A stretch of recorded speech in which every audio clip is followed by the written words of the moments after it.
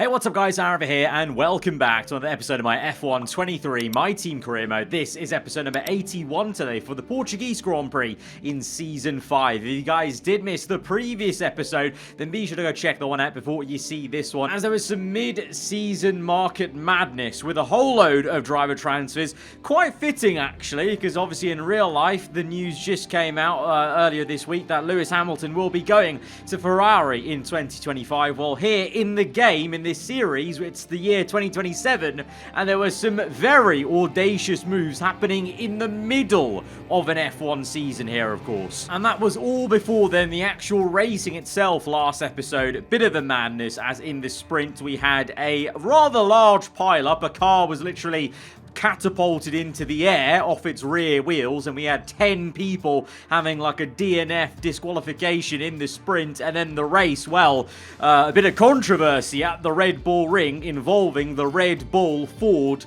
team, Liam Lawson losing a potential win because his lapped teammate held him up enough that I was able to come through. So we're still thanking Agent Lando Norris for that aid, and with that win we are now 7 points between ourselves and our teammate Teo Porcher. It's the closest we've been from memory, really, in this entire season, to be honest. And Yuki Tsunoda also going well and keeping up with us, only 10 points further back in third place. He's had semi-consistent last 3 episodes, 2 podiums, and then obviously the DNF at Silverstone. But Yuki Tsunoda really has been the man of the hour in the last 5 episodes ever since he won that race at Bahrain. But it was a solid race for Ferrari, solid for Mercedes, you know, with Leclerc taking the sprint win and then a P4. You know, a lot of those drivers swapping seats actually have found their feet straight away at Austria, and so it's going to make this second half of the season entirely very, very interesting. So we move on to the second race in that second half here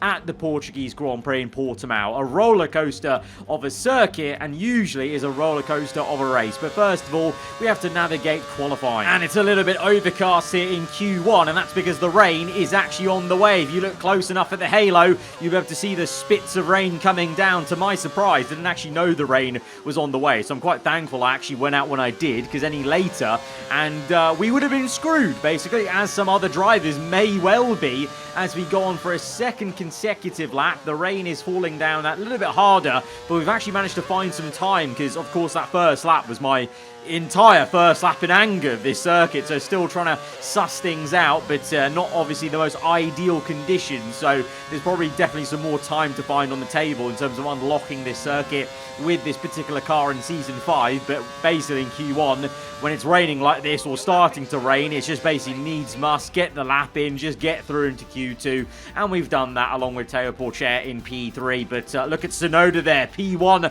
Drugovic, and both Haas cars, Fittipaldi looking pretty strong there. Both Ferraris looking strong as they continue their upward trajectory in this last few episodes of the season. Unfortunate that one of the heroes of last episode, Mick Schumacher, demoted down to Williams, is knocked out, unfortunately. And Lawson, well, having lost the win, he's knocked out in Q2 along with his former McLaren teammate Oscar Piastri, still at McLaren.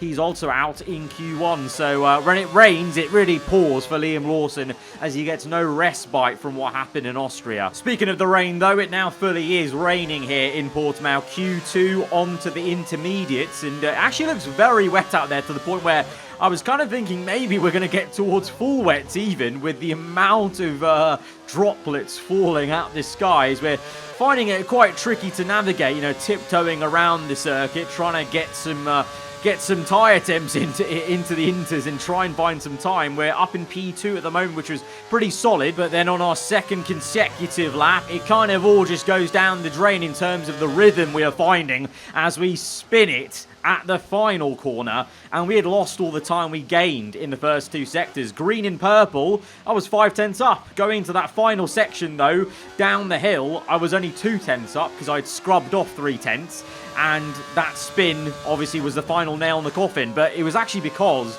it was fully getting towards wets. Like, look now compared to that previous lap, how it's raining a lot less basically on this last run. So what happened was it got towards nearly full wet and then dramatically went away to the point where we're here now on the 3rd run and we've gained 3.5 seconds ridiculous. We go top by 6/10 because we were one of the last cars to cross the line. But yeah, very topsy-turvy Q2. Started inters, got to pretty much full wet conditions, and then back down to intermediates. But there was less water on the circuit at the end than there was at the start, and that caught people out, including our teammate Teo Porcher. Not for the first time that he's basically got a bit too comfy and a bit too overconfident with the first laps he's put in. This happened in Imola, remember, I think it was. The exact same thing in the wet, where he thought his first lap was good enough, and it just wasn't. So, you know, obviously he's a young driver. It's only, his third full year in Formula 1. So even though he's leading the championship, he's been mega quick.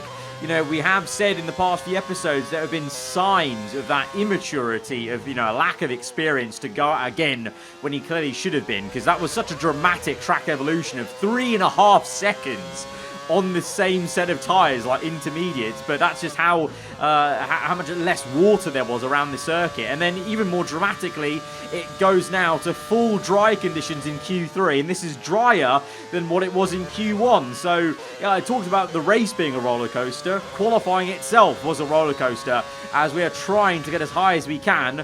Unfortunately, the second lap I was on only got us to P6, even though I gained quite a lot of time on the second run.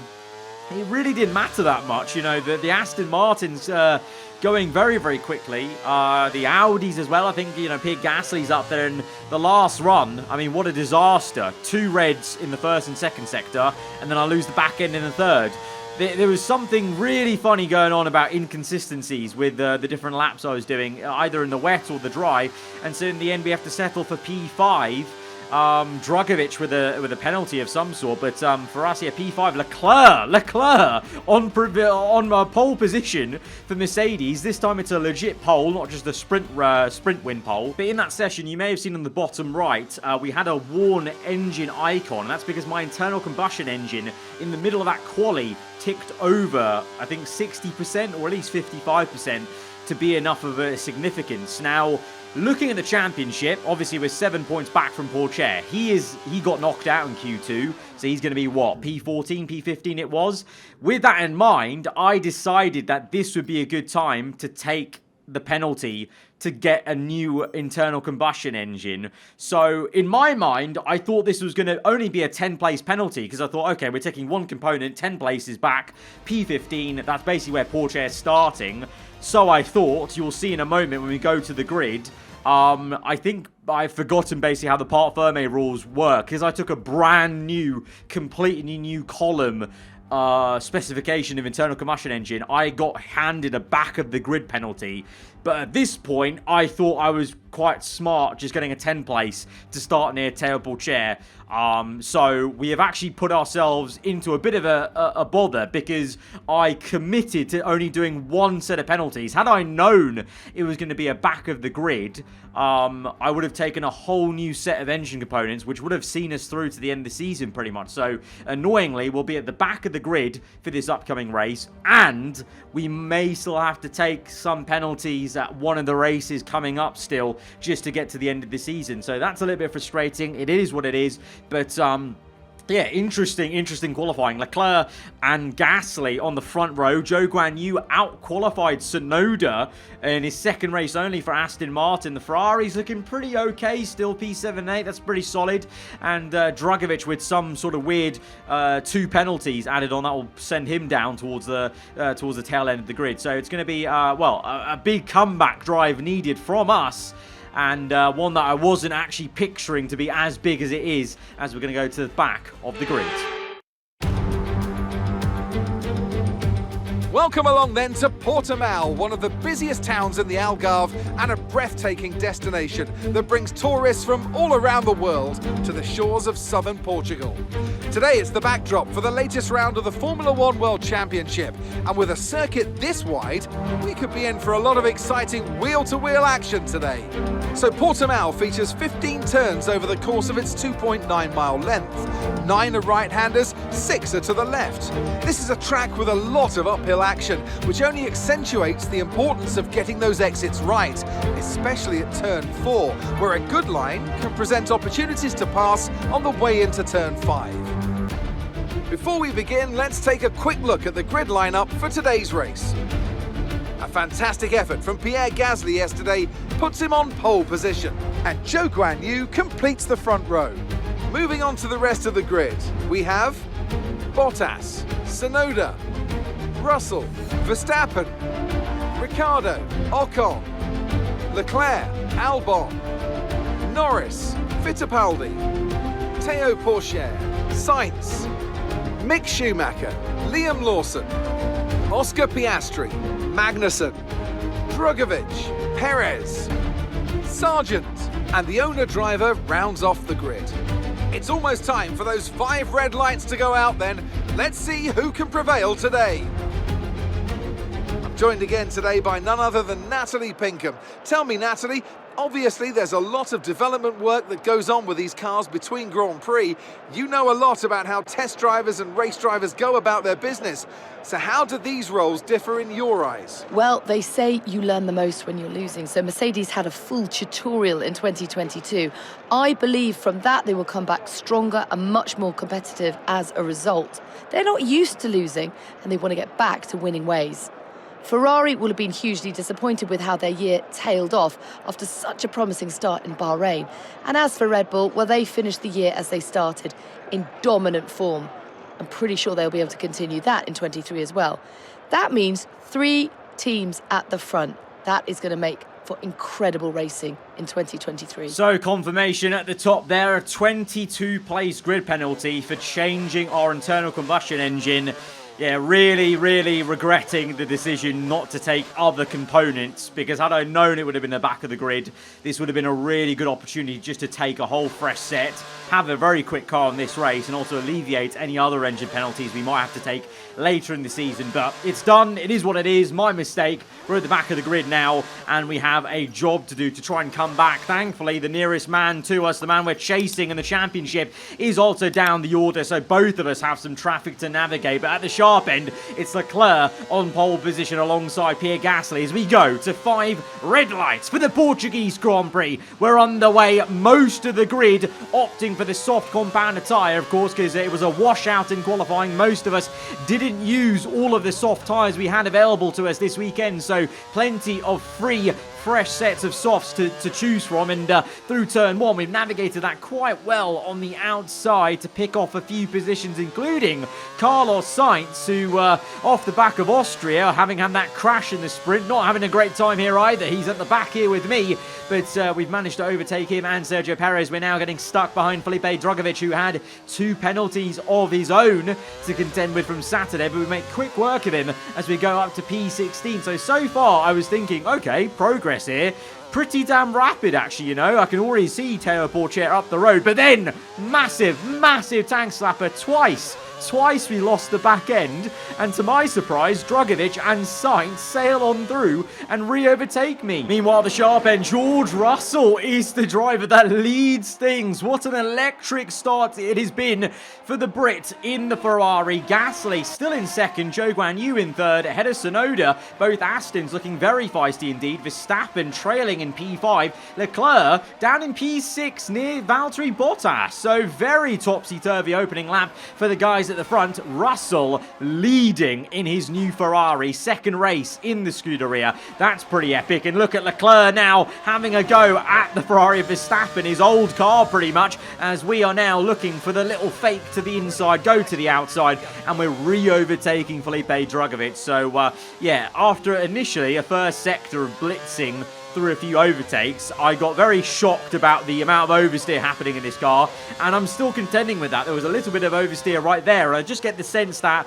because of the very, well, odd qualifying, I guess, I'm basically just not used to the car, and there's still a few surprises in terms of maybe the way I've set it up with the rear end maybe being a bit twitchier than I would like, is we have re-overtaken Carlos Sainz, and now we're making a little bit of a hash of overtaking Liam Lawson there. We got very close to the sausage curb on the inside as we overtake the Red Bull 4 driver that we overtook for the win, of course, last episode, but both of us fighting for P15 this time round. The people who are fighting for first place, though, is Pierre Gasly and Russell. They just swapped positions. Gasly up into P1 for Audi. Russell down to second place. Lots of fighting going on into turn 1. Alpine v Red Bull. I can see a fight going on ahead of us as we overtake Mick Schumacher, but again, that oversteer is plaguing us. I just can't control the rear end of this car as smoothly as you'd like to have around a circuit like this. As Portier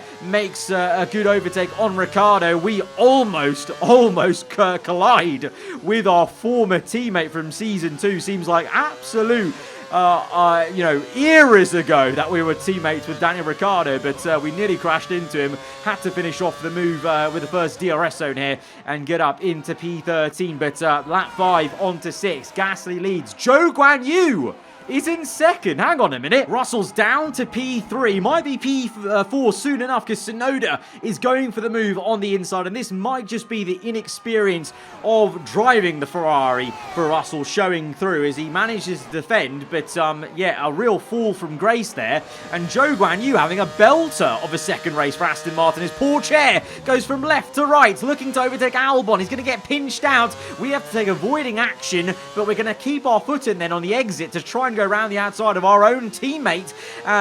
We're the top two guys in the Drivers' Championship, but right now we're fighting for the wooden spoon, P12. No points on show, but this obviously is for the first chance to overtake the likes of Albon and then go on to get into the points. But we've made the overtake, but we've gone way too deep into the hairpin. Portier has actually switched back to us from right to left, and he's on the outside now, and he's making it really tough to overtake him. This is maybe the first time we've really had a good battle with Portier in a long while, you know, as he stays ahead for now. Can we get to the inside? We try a little cheeky dive bomb, and it actually may work for us as we get the elbow out. Portier has no choice but to back out, and we do get up into P12 there, so that was good from us. We needed that to show a bit of kind of, you know, assertiveness that, you know, we can take the fight to Portier. You know, he's been leading the championship the entire time this season, but we are starting to find that groove, and he's starting to come a little bit undone, you feel. He's just not the same driver he was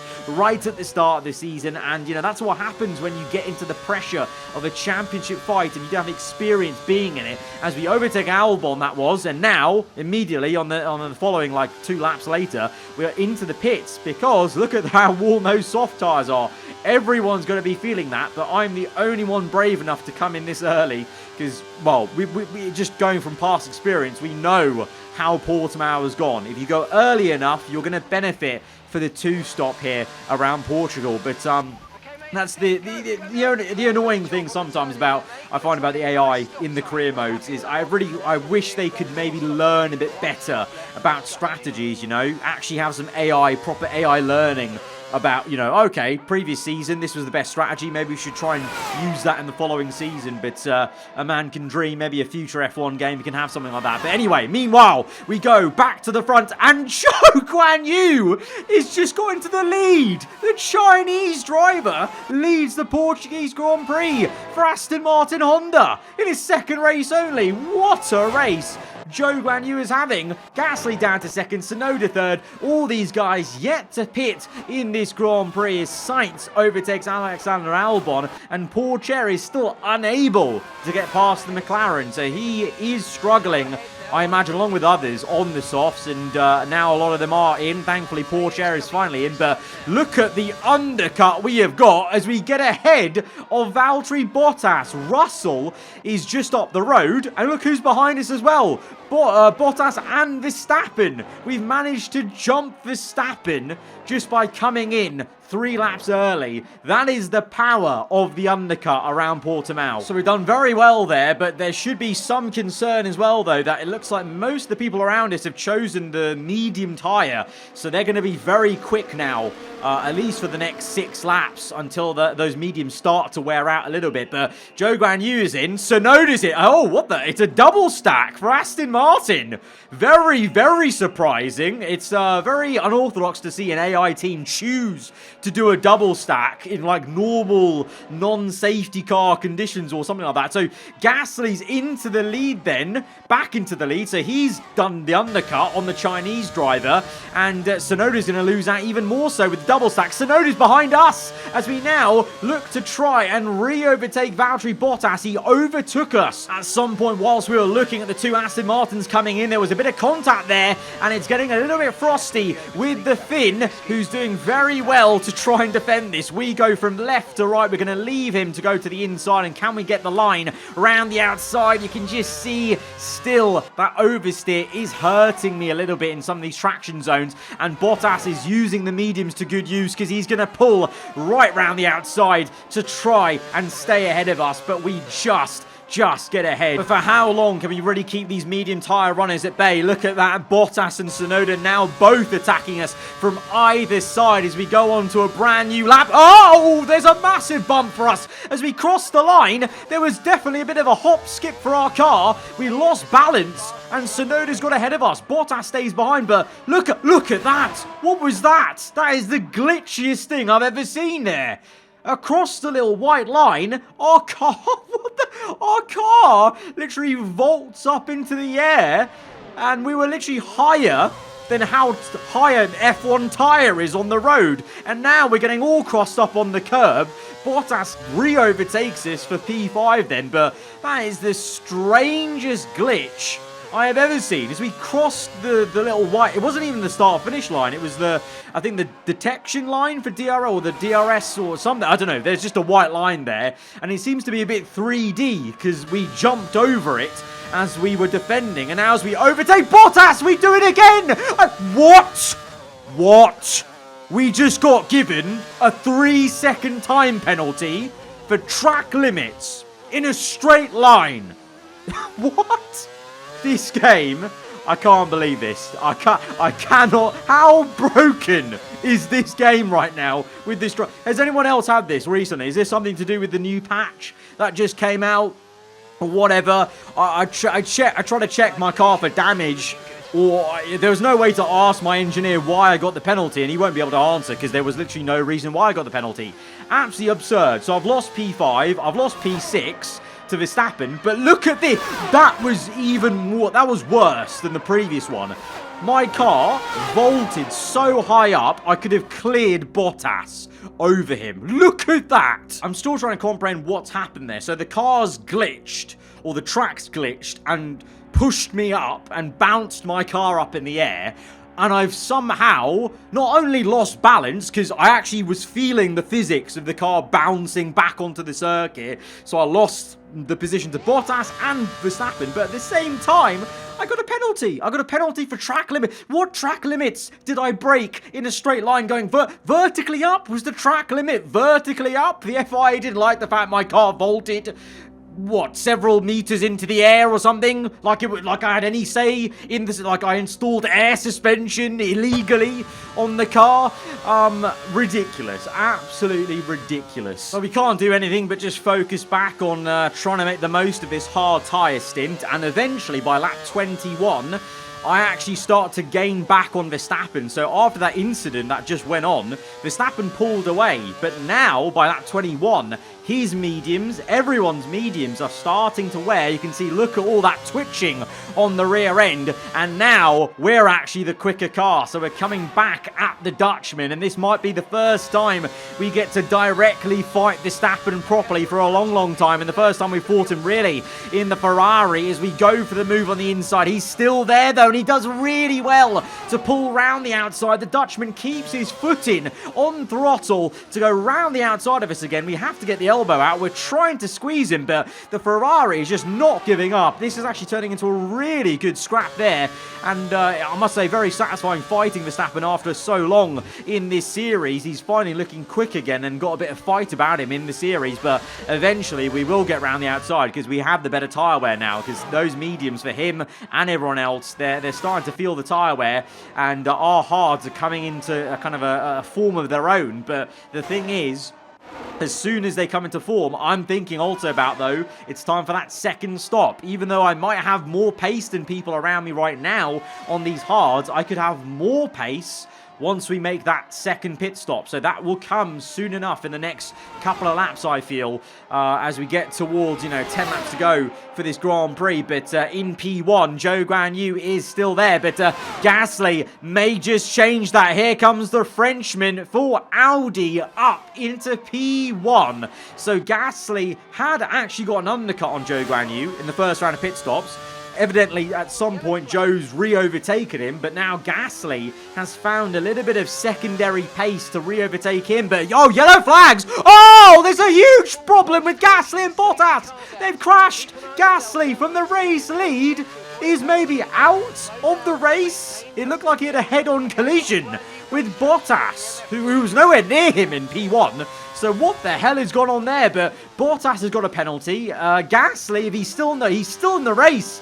Gasly's got a penalty, and he's still in the race.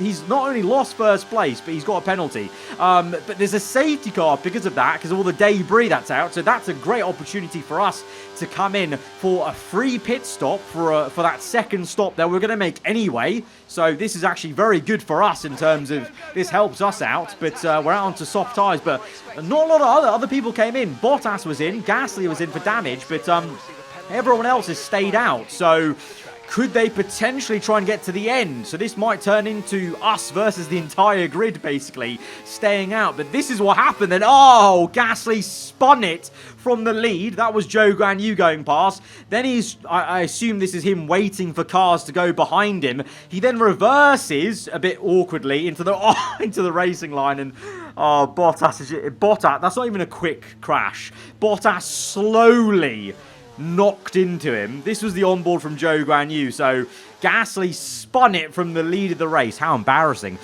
He spun it from the lead of the race, and the rest of the cars get past him, apart from Valtteri Bottas, who comes in very slowly and crashes into his front end. They kind of met each other. That's where we came onto the scene. But that debris is why the safety car's out, because had I gone through the ghosted cars, I could have got a punchy. You never know. So that is why the safety car is out, and the safety car stayed out till lap 27, though. It stayed out for about 3 laps, because it came out on lap 24, right? So it's gone for 3 laps, which is a bit dodgy, because usually it only goes out for 2 laps. So this is helping everyone else who didn't come in, because now they've got less laps to go to the end of the race, which gives them a better chance of actually making this one-stop work on medium tyres. So most of the grid now are trying this one-stop, soft to medium, which usually is never possible. You have to at least go on hards to make a one-stop work. But now, because the safety car suspiciously has gone out for a lap longer, they've got a better chance now. So it really is us against the entire world. Because not only have I got overtakes to make, I've also still got the 3-second penalty from that track limits issue, because that does not, you can't take that under a safety car. So we're down to P16, having made a pit stop under the safety car. We've got 6 laps to go. How far up the order can we recover with a 3-second time penalty as well added on? Well, I wanted to make an overtake on Magnussen into turn 1, but we just thought better of it, and we're going to wait patiently for the right time to now dive down the inside of him and Daniel Ricciardo up to P14 then, and just playing the patient game. Even though we've only got 6 laps, it's going to pay to be a little bit patient and just make sure we don't do anything silly and get the overtakes done when we can actually fully book them in. There's going to be no funny business with any damage or anything like that, because what you've got here is you've got a minefield of AI cars who are all on very worn medium tyres, and just like that, Lawson has a bit of courage to re-overtake us, but because they've all got worn tyres, they're going wayward, and Russell's slow. Oh no, Russell with an engine failure. Late drama here for Ferrari. It's a big shame for Russell. He was in, I think, at least a top 6 position, and now he's out of the Grand Prix. Russell, engine failure. Verstappen is the only Ferrari left. He's P3 now, to be fair, as we watch the 2 Aston Martin Hondas side by side, the 2 new teammates for the second race only, now having a scrap, and Zhou Guanyu is holding his own, I should say, because he's obviously inherited first place after Gasly spun out of the lead. He's all the way down in P16, but Zhou Guanyu has inherited the lead back, and he's actually there, directly defended his teammate successfully to try and keep first place here. Could we have a shock winner on the cards as we try to overtake Leclerc, who gives us a good old squeeze? And I just get the sense that Leclerc is here for a bit of a scrap and looking to try and maintain this position, even though it's only for one championship point. Leclerc is really not making it easy for us, and even though we've got the better tyre wear, we've got the better grip, like I said, these AI are trying to get to the end. They're a bit desperate, and it means they're making moves like that, where they're just going for it, but they go a bit wayward maybe. The back end steps out, and you just never know where their car is going to be, so we need to be careful as we finally overtake Leclerc. But he's done a lot of damage to us, he has, because we've now lost a lot of time. We do rapidly gain on Schumacher, but now we've only got, what? We've got 3 laps left. 3 full laps left after this one, and we've only recovered to P10 on fresh softs. It's now going to be P9 as we overtake Mick Schumacher. But yeah, Leclerc there really did a number on us as we now move back to the race lead fight. And again, Tsunoda looking to make the move. This time he does make the move, and he makes it stick. He was so much later on the brakes there. And Tsunoda, the man of the hour, the man of the last few episodes, is into the lead of the Portuguese Grand Prix. For the first time, I think, he's left it late to even lead this race for the first time with 2 laps to go. And I think the fairy tale of Zhou Guanyu winning in his second race only for Aston Martin might be over. But the fairy tale is still going for us to try and recover as we make a 2-for-1 pass on Albon and Drugovich round the outside. We had to make that overtake. We had to do the 2-for-1 because I can't waste any more time. We need the clean air now to close up to Norris, our teammate, Carlos Sainz. Remember, though, wherever we finish, you've got to add 3 seconds on. So right now, P7, I'm basically fighting just to stay in the points at this point, wherever Schumacher is, as we now go for the move on Lando Norris, really get the elbow out, up into P6. Poor chair, unable to overtake Carlos Sainz, and that may just allow us to make one more overtake in this race. We close up to our teammate, oh so close on the rear end. We're going to try and overtake him with a last-ditch effort, and as we do that, I'm hoping if we push him wide a little bit, maybe he goes slow enough to hold up Norris and himself, and maybe that gives us a gap to give us a few more points. But it's going to be Yuki Tsunoda taking his second win of the season, and it's a 1-2 for Aston Martin Honda. That's a bit ominous. What a pairing that has been today, Zhou Guanyu and Yuki Tsunoda. We finish in P9 with the penalty. Ridiculous FIA, ridiculous penalty that was for track limits in a vertical glitch hop. Great. They take the checkered flag here then in Portimao in what has been another outstanding Grand Prix. So Natalie, what do you think helped them deliver this result? I feel consistency was probably the key today. There's being quick, and then there's being quick lap after lap after lap. If you can do that, you can capitalise on other people's errors without making many of your own. And that's an approach that can push you a long way up the field. It's time to present the top drivers with their trophies for today's Grand Prix. And there are a lot of people in the paddock very happy with this result. It's Aston Martin on the top step. It really is Yuki Tsunoda's time to shine recently in the series, and for him and Aston, it's a big episode in the Drivers' Championship and the Constructors. For us, there's homework to do, and we need to bounce back a little bit after a frustrating race. But if you have enjoyed it, guys, hit the like button. Let me know what you thought in the comments below. If you're around here, then do get subscribed for weekly Formula 1 content. I'll see you guys next time. Goodbye.